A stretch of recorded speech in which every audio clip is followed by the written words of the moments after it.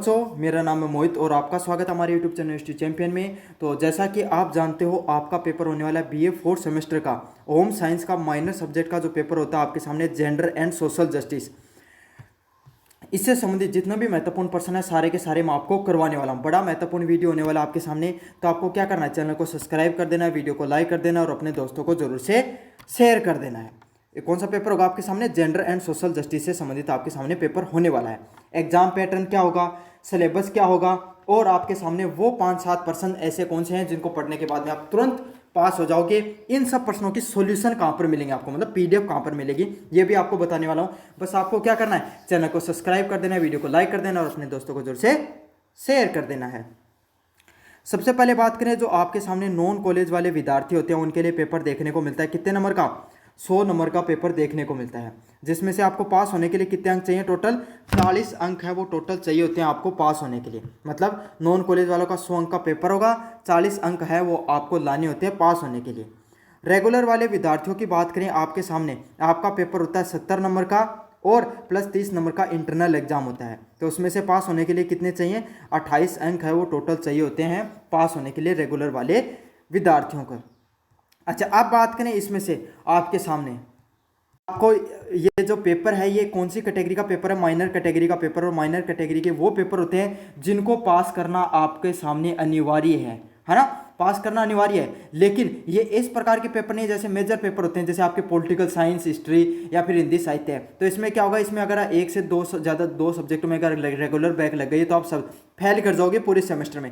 लेकिन minor subject में ऐसा कुछ नहीं है। माइनर सब्जेक्ट में अगर आप फेल हो जाते हो तो अगले सेमेस्टर में भी आप उन सब के साथ पेपर दे सकते हो और उनको पास करना होगा आपको। ये बात याद रख लेना, वरना क्या जोड़ो भर के थोड़े ले जाओगे पेपर आपको थारे साथ। लास्ट में पास करना ही है 3 साल में, है ना?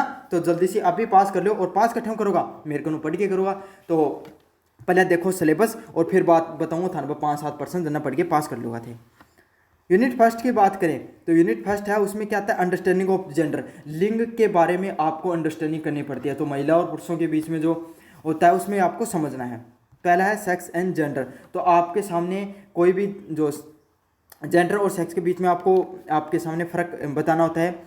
मैस्कुलिनिटी एंड फेमिनिटी, महिला नारीवाद और पुरुषवाद, तो दोनों में आपको संबंध बताना है कि दोनों में क्या फ़र्क होता है।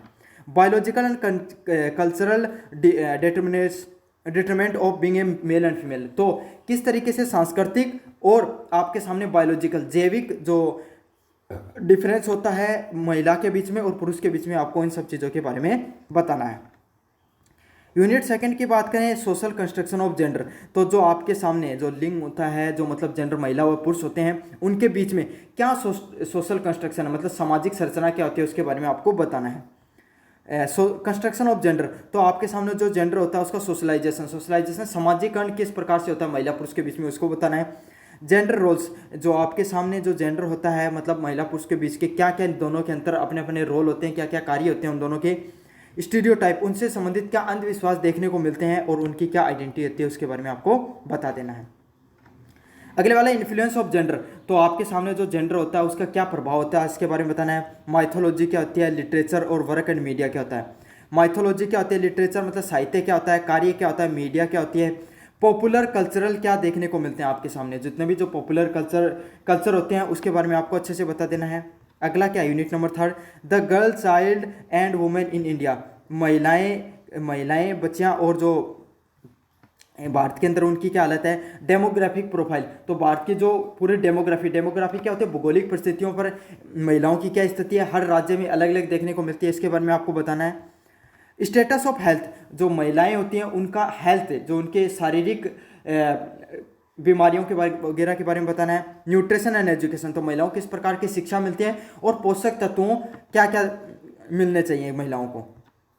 फीमेल फेटिसाइड, महिलाओं में जो बांझपन देखने को मिलता है उसके बारे में आपके सामने, फेटिसाइड मतलब महिलाओं में भ्रूण धारण करने की जो क्षमता उसके बारे में। इनफेक्टिसाइड और वॉयलेंस अगेंस्ट द महिलाओं, और महिलाओं के खिलाफ जो आपके सामने घरेलू हिंसा देखने को मिलती है, इससे संबंधित आपके सामने पर्सन देखने को मिलता है। यूनिट नंबर 4 की बात करें, जेंडर जस्टिस। अब जेंडर जस्टिस क्या होता है? जेंडर जस्टिस होता है महिलाओं, स्त्री व पुरुष के बीच में जो न्यायिक प्रक्रिया है उसके बारे में। वुमेन्स मूवमेंट इन इंडिया, तो महिलाओं के द्वारा जो मूवमेंट चलाया गया, महिलाओं के द्वारा महिलाओं के साथ होने वाले न्याय के ऊपर किस प्रकार के आंदोलन देखने को मिलते हैं, इस पर आपको बताना है। Law, policies and program for the female childrens and womens, और आपके सामने जो क्या क्या नियम है, क्या क्या नीतियां हैं, क्या क्या प्रोग्राम है जो महिलाएं हैं, बच्चे और वुमेन्स हैं उनके लिए। तो इससे संबंधित आपके सामने ये पूरा जो जेंडर एंड सोशल जस्टिस से संबंधित आपके सामने पूरा सिलेबस था। अब इंपॉर्टेंट क्वेश्चन देखेंगे अपन। अगले वाले प्रश्न की बात करें, understanding the gender, unit first में आपके सामने पहला प्रश्न है, differentiate between the gender and sex, स्त्री और पुरुष के बीच में जैविक व सामाजिक भेद के बारे में बताइए। तो आपको क्या करना है, स्त्री और पुरुष के बीच में जो जैविक व सामाजिक भेद है उसको आपको अच्छे से स्पष्ट करना है। काफ़ी ज़्यादा मोस्ट इंपॉर्टेंट प्रश्न होने वाला है।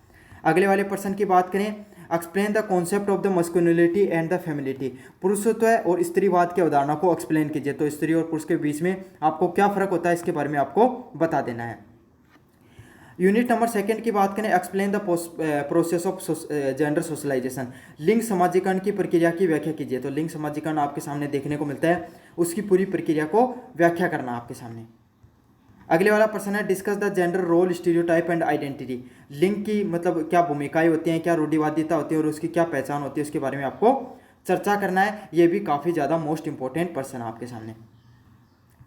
यूनिट नंबर थर्ड की बात करें, जिसके अंदर आपके सामने analysis the status of the health, nutrition and education of girl women in India, भारत में कन्याएं, महिलाओं की स्वास्थ्य, पोषण व शिक्षा की स्थिति पर आपको क्या करनी है, विश्लेषण करना है। क्या करना आपको, एनालिसिस करना है। जो भारत में कन्याएं और महिलाएं होती हैं, मतलब छोटी बच्चे होते हैं 18 साल से नीचे की और जिनकी शादी हो गई, उनके बारे में, उनके स्वास्थ्य, पोषण व शिक्षा की स्थिति पर आपको टिप्पणी करनी है।